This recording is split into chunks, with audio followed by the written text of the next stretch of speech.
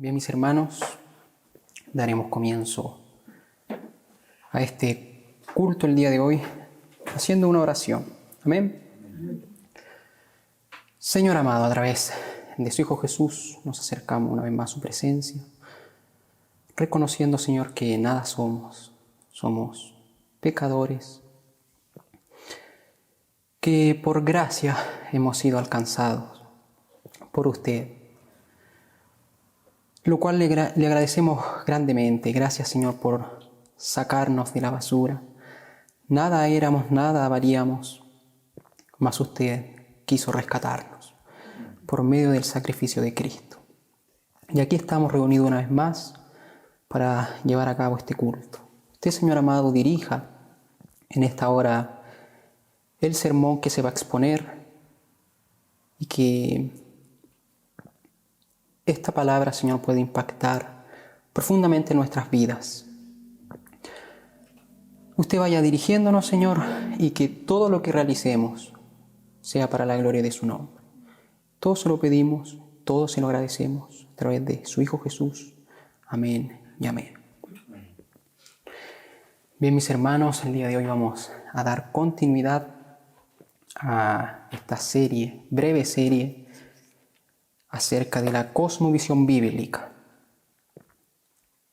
Hace algunas semanas atrás tratamos el tema acerca de una pequeña introducción, donde vimos que el creyente, ¿no es cierto?, cuando es regenerado, cuando pasa por la conversión, también debe haber una mudanza y una renovación en su mente. O sea, un cristiano, alguien que pasó de muerte a vida, no puede seguir viendo las cosas como las veía en su vida pasada. Ahora, todas las cosas ahora las entiende a través de las Escrituras, a través de los lentes de la palabra de Dios, o a través de los lentes que es la Biblia. Una cosmovisión bíblica surge de la historia de la Biblia, de la narrativa que encontramos en las Escrituras. Es a través de las Escrituras y su narrativa que es formada nuestra cosmovisión. Entonces, mi hermano, es muy importante que el creyente lea las Escrituras, medite en las Escrituras, pase tiempo en las Escrituras, porque las Escrituras son las que van moldeando nuestra cosmovisión. Y podemos, por medio de 3 categorías que voy a nombrar, resumir la narrativa bíblica. Estas 3 categorías son las siguientes: creación, caída y restauración. La creación y la caída la encontramos en los primeros 3 capítulos de Génesis. Y la restauración, cómo Dios restaura esta creación caída, lo encontramos en el resto de la Biblia.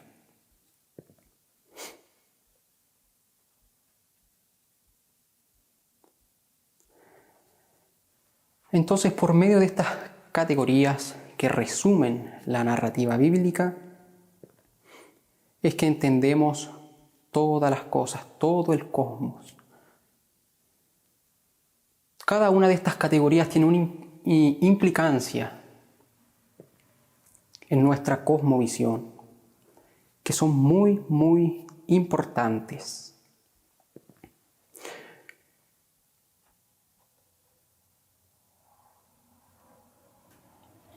A modo de resumen, por ejemplo, ¿qué encontramos en los primeros capítulos de Génesis? Encontramos la naturaleza de Dios, encontramos la Trinidad, tal vez de forma no tan explícita. En los primeros capítulos de Génesis también encontramos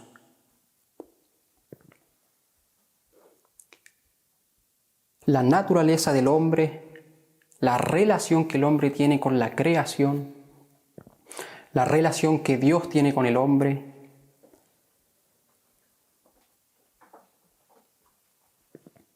la relación que Dios tiene con su creación. En los primeros capítulos del Génesis también vemos el rol de la humanidad o el rol del hombre, el cual fue hecho a imagen y semejanza de Dios.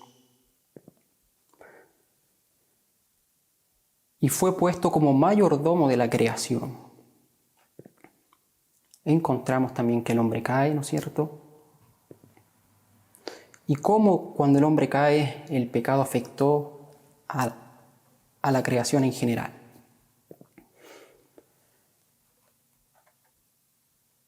Estoy hablando de los primeros 3 capítulos de Génesis. Solamente en esos 3 capítulos encontramos todas estas cosas. También en estos 3 capítulos, específicamente en el capítulo 3, encontramos lo que se conoce como el protoevangelio.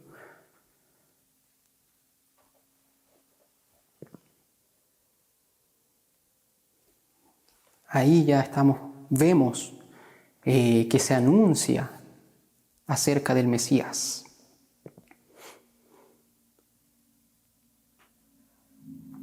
Como dije, encontramos también el protoevangelio, la promesa de que todo lo afectado por la caída de Adán será restaurado.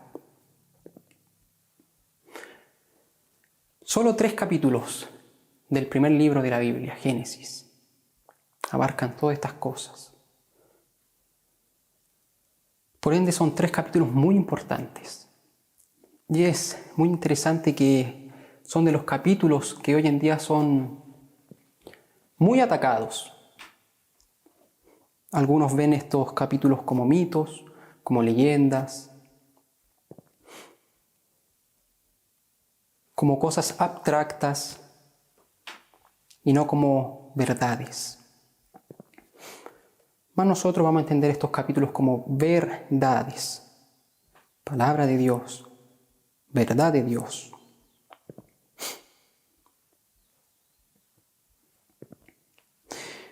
Y estos 3 primeros capítulos de Génesis son de suma importancia para comprender la narrativa bíblica y para tener una correcta cosmovisión bíblica.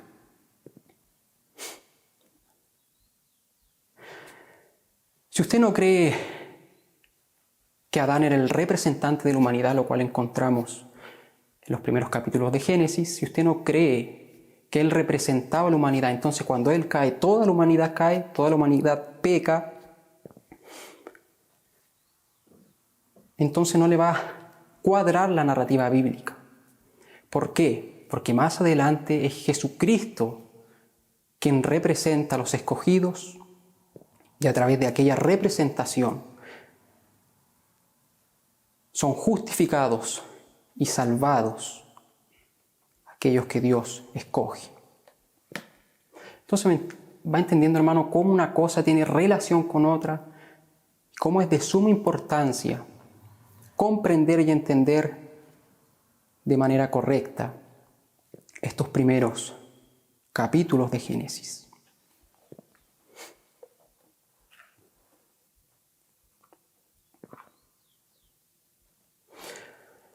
Entonces, mis hermanos, partiremos en esta ocasión con la primera categoría acerca de la creación. Como dije anteriormente, veremos en estos, trataremos algunos versículos del primer capítulo de Génesis y encontraremos verdades ya esenciales para comprender todas las cosas. Entonces vamos a dar lectura a Génesis capítulo 1, versículos 1 y 2.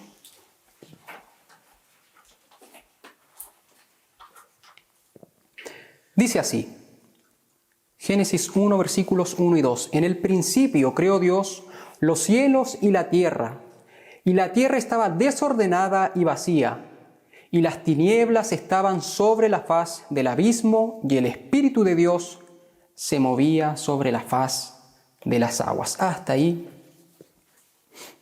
Con esto vamos a desarrollar el sermón o la exposición del día de hoy. En estos dos versículos veremos verdades profundas que deben marcar nuestra cosmovisión. Y además son verdades que se contraponen a la cosmovisión no cristiana. Ya en estos pequeños versículos encontramos verdades que se contraponen con la cosmovisión del mundo.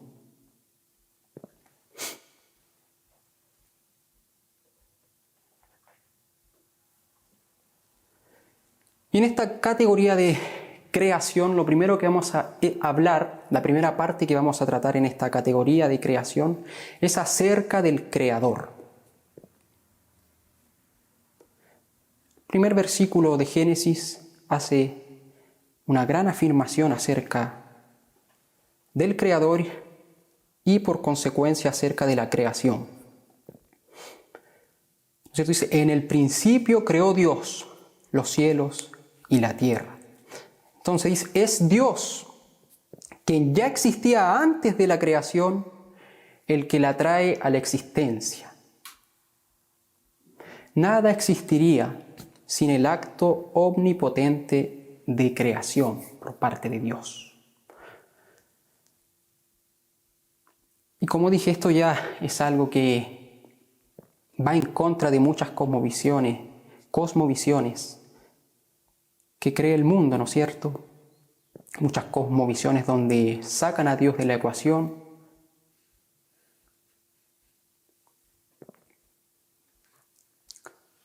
Cosmovisiones que también dicen que la materia o todo este mundo creado siempre ha existido. La escritura aquí, primer versículo ya comienza. No, fue Dios el que creó todas las cosas. No había una materia autoexistente.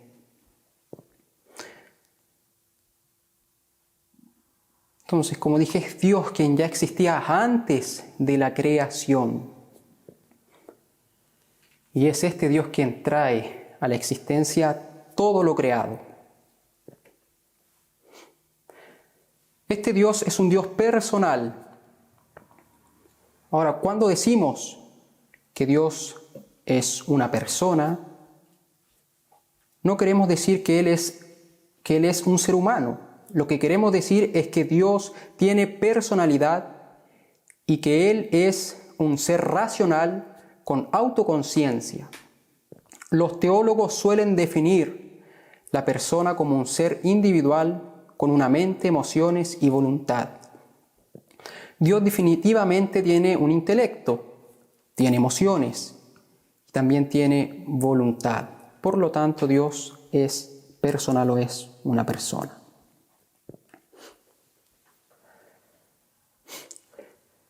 Ahora, algo interesante también, el libro de Génesis,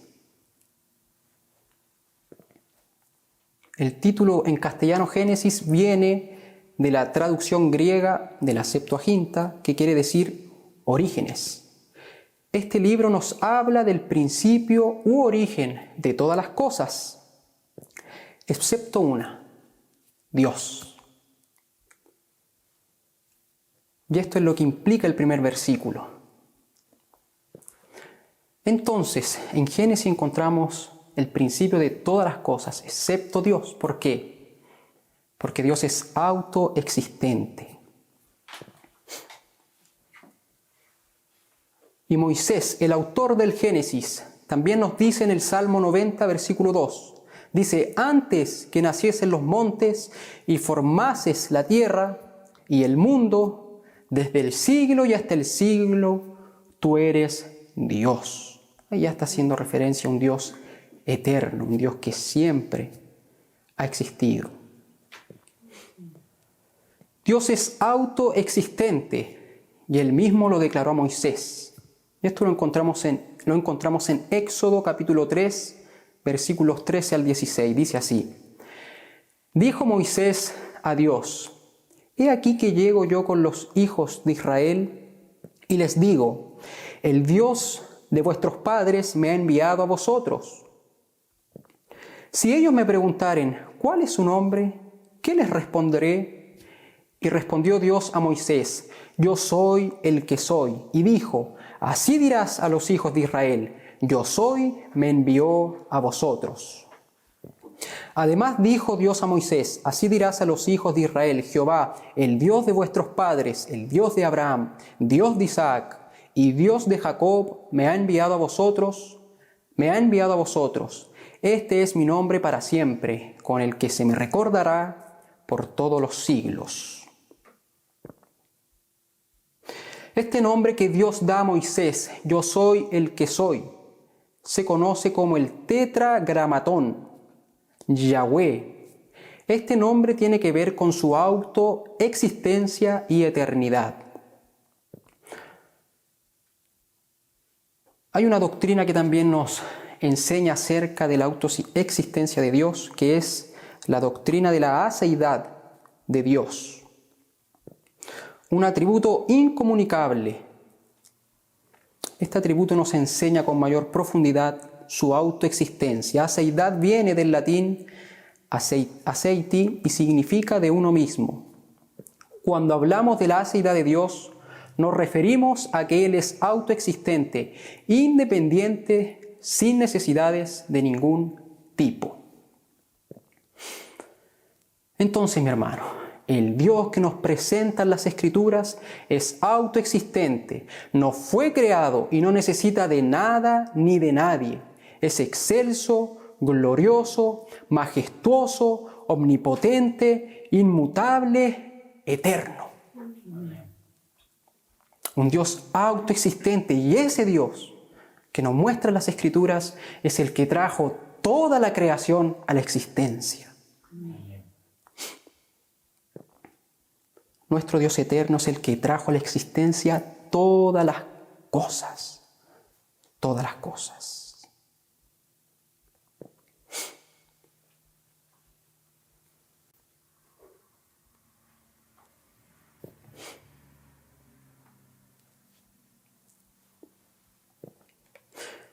Ahora, quiero tratar algunas diferencias con algunas creencias también de cosmovisiones que no son cristianas. Hacer distinciones. Por ejemplo, el Dios de las Escrituras no es el mismo Dios del deísmo. Debemos hacer una distinción con el deísmo, ya que estos también afirman la existencia de un Dios, pero no creen que esté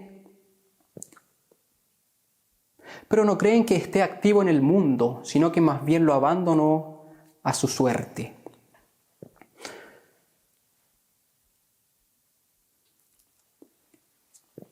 Entonces el deísmo creen que existe un Dios, ¿no es cierto?, que creó todas las cosas, pero que se olvidó de aquella creación y la dejó a su suerte. Bueno, el Dios de las Escrituras no es así, es diferente.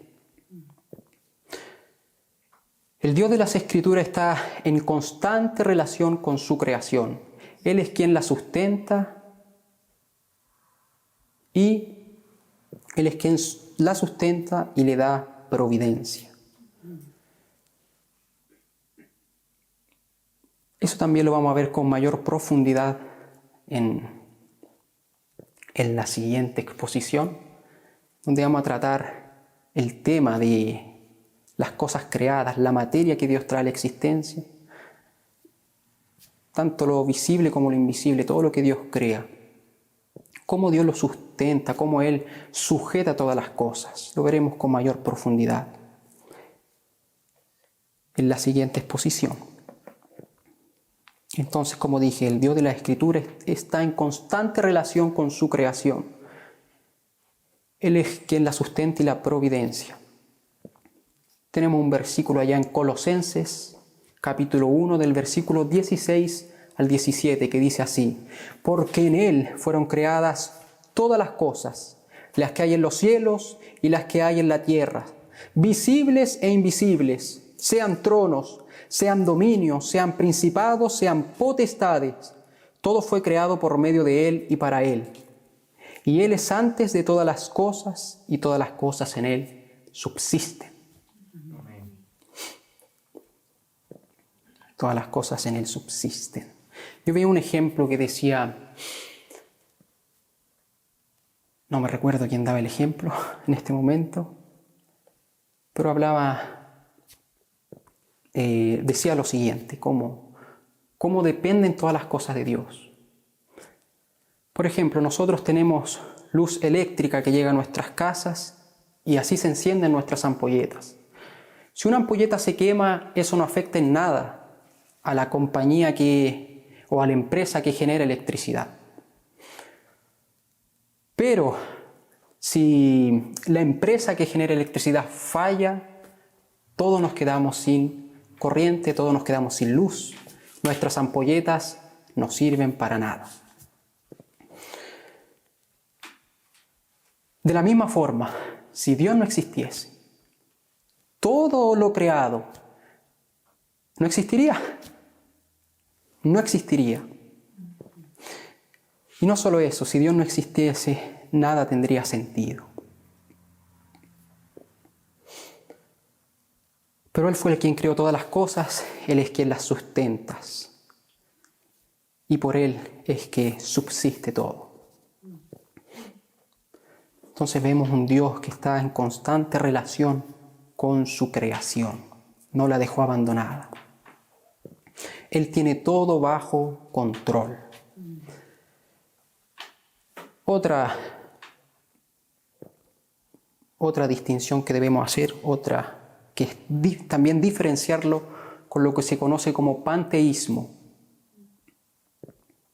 También hay que hacer una distinción con el panteísmo, quienes afirman que todo cuanto existe es Dios, todo es divino, una sola sustancia o esencia.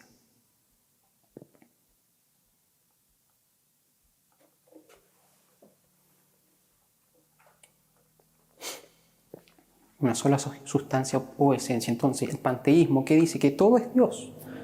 Todo es parte de la sustancia de Dios, de la esencia de Dios. Todas las cosas. Una mesa es Dios. Un árbol es Dios. Todo es Dios.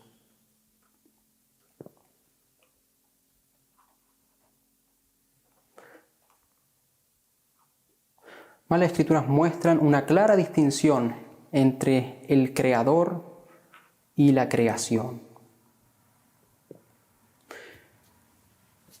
Y encontramos en los mandatos, por ejemplo, los 10 mandamientos, Dios dice, no tendrás dioses ajenos delante de mí.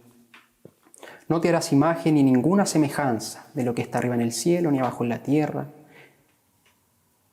ni en las aguas debajo de la tierra, si que no me equivoco, no te inclinarás a ella ni las honrarás. Entonces Dios no permite que el hombre haga imágenes o que adore ciertas cosas. ¿Por qué? Porque toda adoración, toda honra, toda gloria debe ser dada al único y verdadero Dios. Al único y verdadero Dios.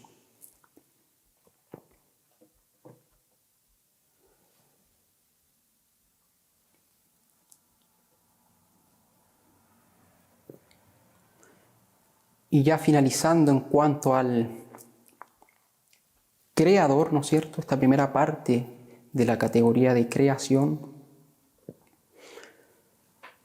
encontramos que en la creación participa el trino Dios. Veíamos en los primeros versículos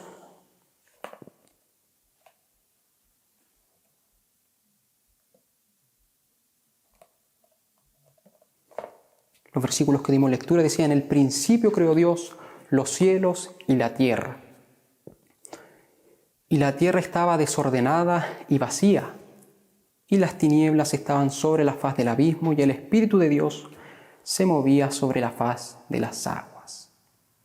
Entonces aquí vemos a Dios Padre participando en la creación, vemos también al Espíritu de Dios participando en la creación. Y también tenemos versículos en otros libros de la Biblia donde muestran esta participación activa también de Dios Hijo, del Hijo de Dios, participando también en la obra creadora.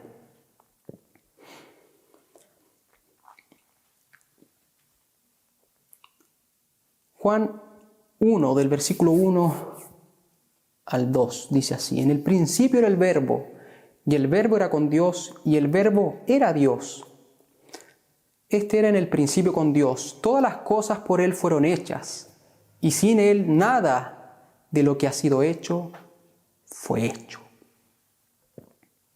Entonces, el Trino Dios participa en la obra de la creación. La obra de la creación. Entonces, hermanos, se da cuenta cómo en estos primeros versículos de la Biblia encontramos enseñanzas profundas que marcan nuestra cosmovisión, que marcan una diferencia con las cosmovisiones no cristianas y con otras religiones. El Dios Trino creando, trayendo a la existencia todas las cosas.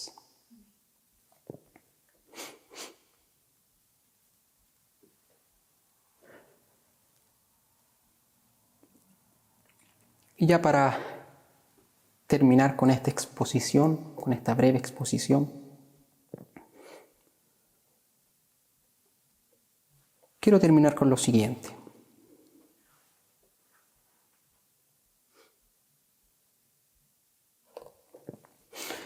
La cosmovisión cristiana parte entendiendo que existe un creador.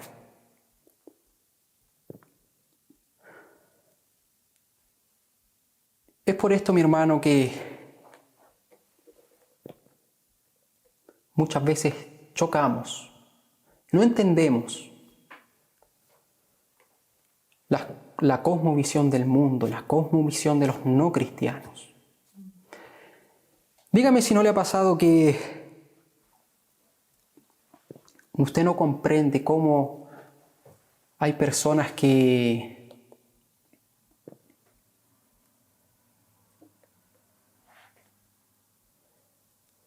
por ejemplo, están a favor del aborto, ¿no es cierto? O a favor del homosexualismo. O tal vez usted se ha encontrado con personas que enfatizan tanto, idolatran tanto la vida de un animal que la ponen por sobre un ser humano.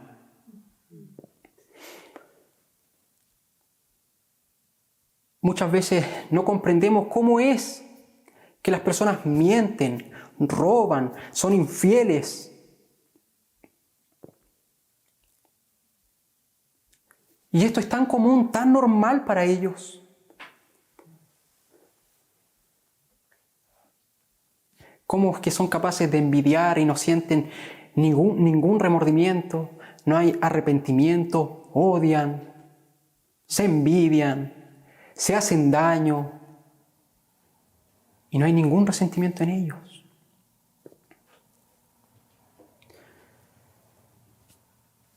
Bien, mi hermano, es porque su cosmovisión es diferente a la nuestra. No tiene este Dios creador. Por causa de que nosotros como cristianos creemos en este creador autoexistente, todopoderoso, sin igual, majestuoso, el cual dejó leyes, el cual dejó mandamientos, que nosotros como cristianos debemos respetar. Es por esto que para nosotros mentir es diferente. No podemos mentir, no podemos hacerlo. Y si en algún momento lo hacemos, nos dolemos, sentimos dolor. Porque nuestra cosmovisión parte afirmando que existe un creador.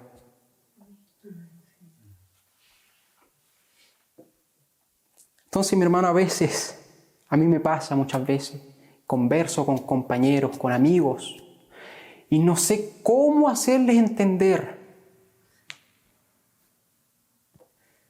No sé cómo hacerles entender. Digo yo, ¿cómo no entienden? Es tan claro, es tan obvio.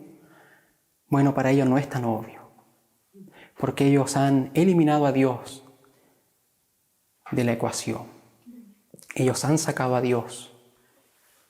Por eso que este mundo no tiene que rendir cuentas a nadie y puede hacer lo que quiere.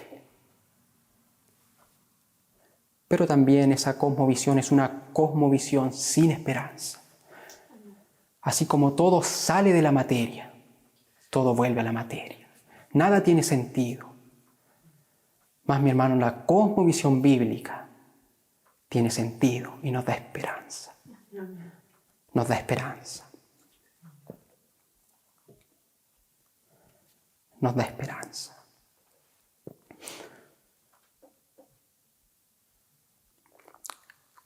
Cuando señala aquí el versículo, en el principio creó Dios, como dije, esto de la narrativa bíblica, ese principio también apunta hacia un fin. Y este fin no es un fin de algo que se va a terminar y se va a acabar, sino que más bien tiene que ver con un propósito. Todo, desde su origen, todo lo que Dios creó tiene un propósito. Todo Él lo controla, nada es por casualidad. Y es por eso que, como dije anteriormente, es que tenemos esperanza. Todo comienza con Dios creando, con Dios poniendo al hombre en un huerto, y todo apunta y todo finalizará en una ciudad majestuosa, donde podremos nuevamente estar y relacionarnos. Y se va a consumar esta relación con el Dios que tanto anhelamos, con Cristo al cual tanto deseamos. Entonces, mi hermano, esto sería como la segunda parte de la cosmovisión. Nosotros estamos estudiando una confesión de fe y esta afirma lo siguiente acerca de la creación y también de este creador. Dice lo siguiente: en el principio agradó a Dios, Padre, Hijo y Espíritu Santo, el Trino Dios, para la manifestación de la gloria de su poder, sabiduría y bondad eternos, crear o hacer el mundo y todas las cosas que en él hay, ya sean visibles o invisibles, en el lapso de 6 días, y todas muy buenas. Entonces, habiendo dado lectura a eso, vamos a finalizar y ahora sí, vamos a cerrar nuestros ojos para orar. Señor amado, le damos gracias porque una vez más hemos podido llevar a cabo un culto. Gracias por su palabra. Gracias, Señor, porque podemos entender que usted es un Dios maravilloso, sin igual. Es usted el Dios autoexistente, eterno, soberano, quien ha traído a la existencia todas las cosas. Y no para abandonar su creación, sino que todo lo que usted ha creado tiene un propósito, tiene un fin. Le damos gracias, Señor, porque todo está en sus manos y nada está fuera de control. Este mundo, hoy en día muchos científicos afirman que todo es un caos, que este mundo en algún momento, en millones de años más, va a colapsar. Mas nosotros, Señor, tenemos nuestra esperanza puesta en usted. Creemos, Señor, que usted va a restaurar todas las cosas. Todo usted lo hizo con un propósito. Todas las cosas que usted hace, nada queda al azar. Usted todo lo que comienza, lo termina y lo consuma a la perfección. Le pedimos, Señor amado, que usted nos ayude a vivir para su gloria Moldee usted nuestra cosmovisión.